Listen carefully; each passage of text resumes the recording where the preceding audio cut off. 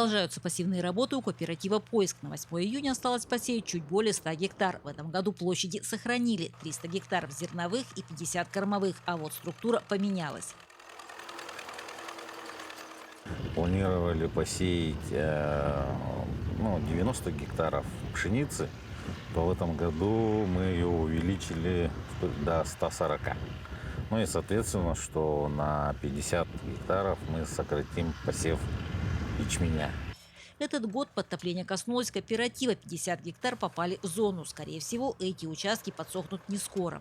С пассивными режим работы без выходных. Конец мая и июнь дождями задержали начало работ. Сроки созревания все-таки у нас запас небольшой еще есть, поэтому, в принципе, ничего мы не потеряем. Собственно, здесь готовы и к импортозамещению. Есть потенциал, желание, идеи. Но пока нет зернохранилища, идеи могут отдохнуть. Есть протокол правительства и решение о строительстве. Но от начала принятия решения и до начала самого строительства время растягивается по многим ступеням.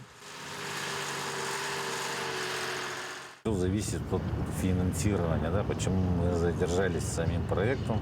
Потому что очень поздно подошли деньги.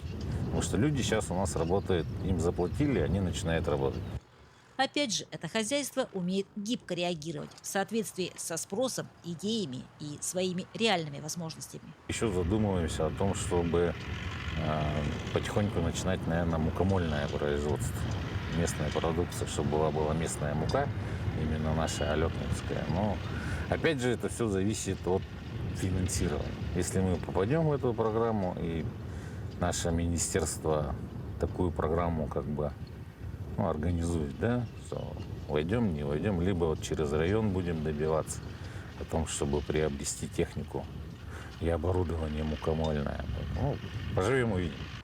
Елена Фаст, Максим Копылов, Алекминск.